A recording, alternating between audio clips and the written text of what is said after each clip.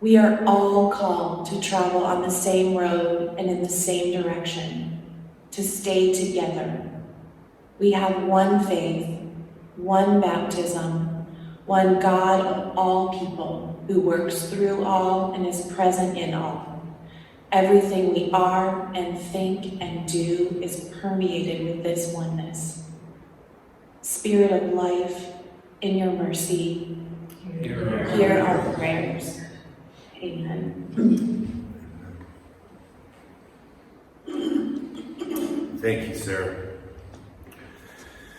For those of you who maybe pay attention to such things, you may notice that many of our worship gatherings are broken into thirds.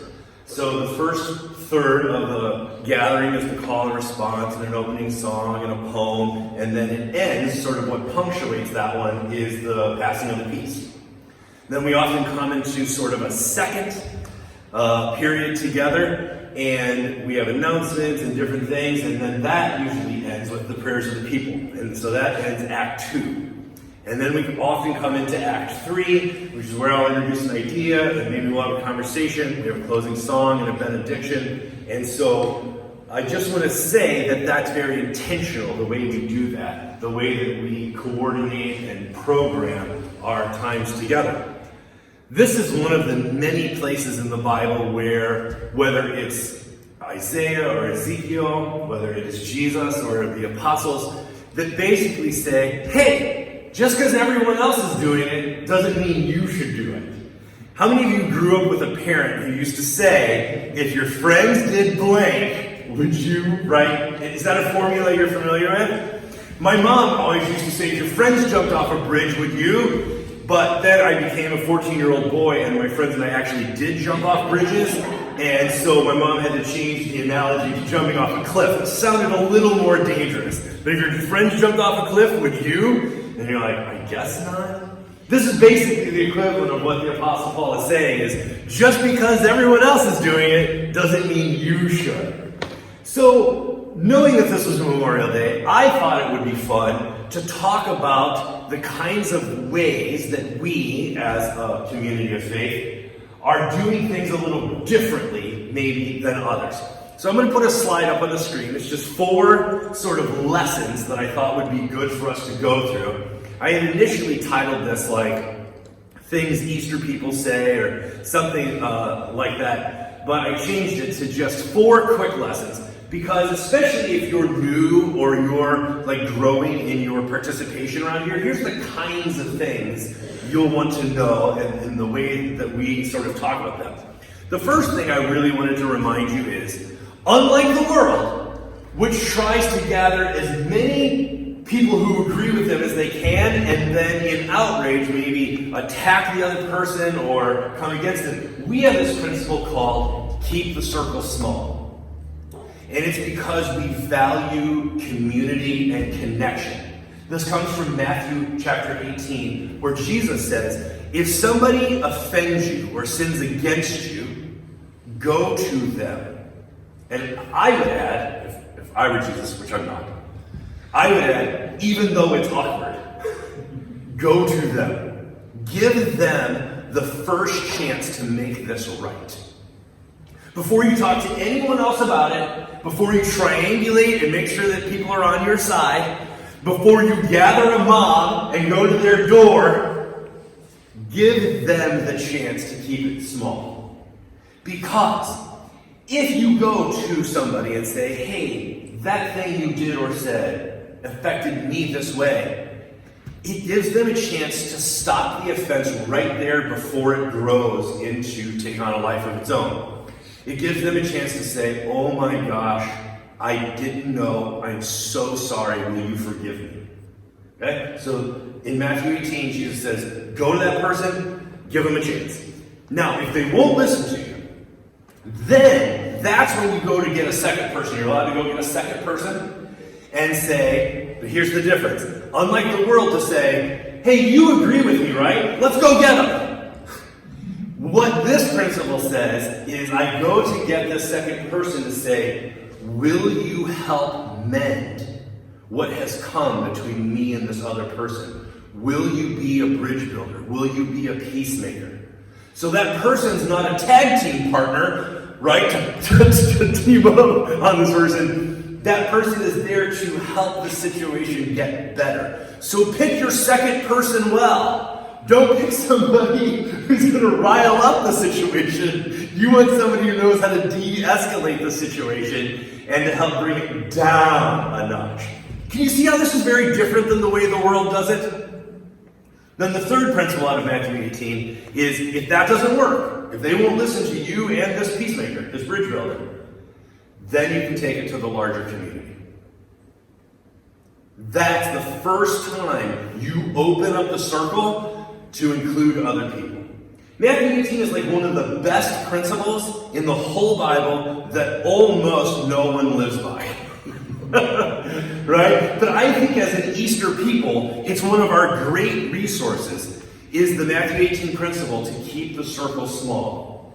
One of the things I've added to Matthew 18 that has helped me is I try to never say something about someone that I haven't said to them yet. Oh, this is probably the hardest challenge I've ever given myself. Don't say something about someone you haven't said to them. But can we just be honest with each other? Doesn't it feel so good to say something bad about somebody? Oh, it makes your tongue all fuzzy. It's like touching a 9-volt battery. It just gets a little buzz. Don't do it. That's my challenge. The downside, by the way, of trying to live by that principle is you end up saying a lot less.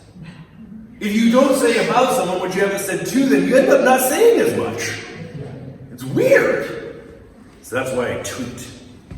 Just kidding. That was a joke. Sarah, that was a joke. I'm not on Twitter. So that's the first thing. Second thing is, this is mine, nothing negative by email. Right? I think email is great to set up a meeting. Hey, Aaron, are you available Tuesday sometime for a phone call? I have something I want to talk to you about. Because here's what will almost always happen. Aaron will go, why are we waiting until Tuesday? And he'll call me right then, or the minute he's free. Hey, I got your email. What do you want to talk about? This is part of keeping the circle small. Nothing negative by email. But, can we be honest? Writing nasty emails are fun. Because you get to be the wittiest version of yourself. Oh, and another thing. Or is that just me? All right, it's just me. All right, so then for me, maybe the principle is nothing negative by email. Here's another subcategory of this that I'm always joking with the church leadership, is that people don't read signs. People just don't read signs. And how I know this is, I will often take down a sign and no one will notice. Or something will happen and somebody will go, I even put up a sign. And I've just figured out over the years of pastoring, no one reads signs. And yet, putting up a sign is one of the most tempting things to do when somebody does something you don't appreciate. So for instance, with the Fireside Friends in the downstairs, and they go past the little kitchenette we have in the fireside room into their, what used to be the pantry and is now their quilting room. Let's say that I left something stinky in the kitchen trash can. And they think, man, that really smells. And now we have to walk past it for the rest of this week. So somebody decides they're going to put up a sign, nothing stinky in the trash. Or if you put something stinky in the trash, you have to take out the trash, something like that. It's so tempting to put up signs. But what that allows us to do is to never actually encounter the person to work out in a relational setting. Because the institutional temptation is to just put up a sign and be done with it. Because, here's why that's really fun. Then, when the person leaves something stinky in the trash, you can say, didn't you read the sign? It's so fun. It's like a power play, right? It's that trump card you can throw down when someone does something you don't like. This is my last one. I think it's really important that when we talk about this place, so this campus, this building, that we talk about it like you would talk about a house. So we call it a house of worship. We're the family of God. I like to call this place our family room. This is where we are family. This is where we gather. So you might call it a living room. This is where we live together, right? Why do I talk about this all the time? Well, because many people don't realize that a church is not a museum for unwanted furniture and artifacts of the past. A lot of people view this space and this place like a museum that has cultivated artifacts and pieces of furniture from previous eras that you can come and view like on your own time as sort of a novelty, like, oh, look at how neat this was, right? How old this thing is, right? Whatever it is. This isn't a museum. So I just want to say, this is a living room. So in our living together, if we don't use something, we either put it downstairs in a storage room or we donate it to somebody who knows what to do with it. But I think it's really important that as we continue to grow as a congregation, that the way we talk about this place is far more like a house than a museum. Because we are not artifacts of novelty and nostalgia. We live here. This is our family room. This is where we connect with each other. And so anything that helps us do that, we prioritize. And that which doesn't help us connect and to live out our mission, we store or we donate. So those are just four sort of things that are different the way we do them than maybe the way the world does them. So I just wanted to throw that out and see if anybody in the Zoom room or anybody in the sanctuary has comment, question, concern. I'm just throwing it out there. I thought Memorial Day weekend would be a good time to remind everybody, keep the circle small, nothing negative by email, people don't read signs, and this is a living room. Those are just the four sort of things I wanted to throw out there. Any comments, questions, concerns?